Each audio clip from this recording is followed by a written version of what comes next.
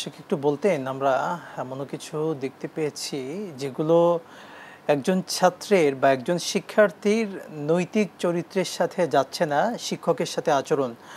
আমরা যদি সেই গল্পের কথা, সেই কবিতার কথা বলি, শিক্ষাগুরুর সেই কবিতা বাদশা আলমগীর তার সন্তানকে কিভাবে বলেছিলেন, সেই কথাগুলো যদি আমরা স্মরণ করি, সন্তান শুধুমাত্র ওস্তাদের শিক্ষকের পা কেন নিজ হাত দিয়ে ধুয়ে দেননি এটার জন্য কিন্তু বাদশা রাগান্বিত হয়েছিলেন।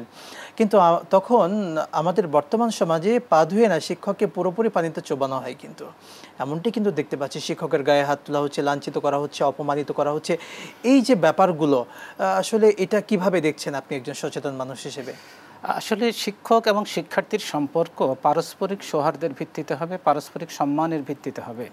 এক্ষেত্রে শিক্ষক একচেটিয়া সম্মানের দাবিদার নন, বরং সম্মানের দাবিদার শিক্ষার্থীরাও বটে। অবশ্যই কোনো শিক্ষক যদি শিক্ষার্থীর সাথে তার হক নষ্ট করেন, তার প্রাপ্য অধিকার নষ্ট করেন, বা শিক্ষার্থীর উপর অমানবিক কোনো আচরণ করে থাকেন, উৎপীড়ন করে থাকেন, তাহলে এর প্রতিক্রিয়া কিছু না কিছু ঘটবেই। তবে শিক্ষকের মর্যাদাটা যেহেতু পিতামাতার মতো বা তার চেয়ে কোনো কোনো অংশে বেশি, সেহেতু আমাদের পিতামাতাও তো মাঝে মাঝে আমাদের সাথে এমন কিছু আচরণ করে থাকেন যেটা আসলে তাদের থেকে আমাদের কাম্য ছিল না। তখন কিন্তু আমরা পিতামাতার সাথে কি এমন রূঢ় আচরণ করি? কখনোই নয়, কখনোই নয়। সুতরাং শিক্ষক যদি তিনি অন্যায় করে থাকেন, যদি বাস্তবে তিনি অন্যায় করে থাকেন, এবং অনেক ক্ষেত্রে হচ্ছেও, আমরা কিন্তু বলবো, আমরা শুরুতেই বলেছি পারস্পরিক সৌহার্দ্য থাকতে হবে, পরস্পরের প্রতি সম্মান থাকতে হবে। শিক্ষকের যেমন শিক্ষার্থীর প্রতি থাকতে হবে, শিক্ষার্থীর প্রতিও শিক্ষকের থাকতে হবে, পারস্পরিক সম্মান থাকতে হবে। তো এখন যেহেতু অনেক ক্ষেত্রে, বিশেষ করে আমরা স্কুল কলেজের যে শিক্ষা ব্যবস্থা, জাগতিক ধারার শিক্ষা ব্যবস্থাগুলোতে এই সমস্যাটা দেখতে পাচ্ছি।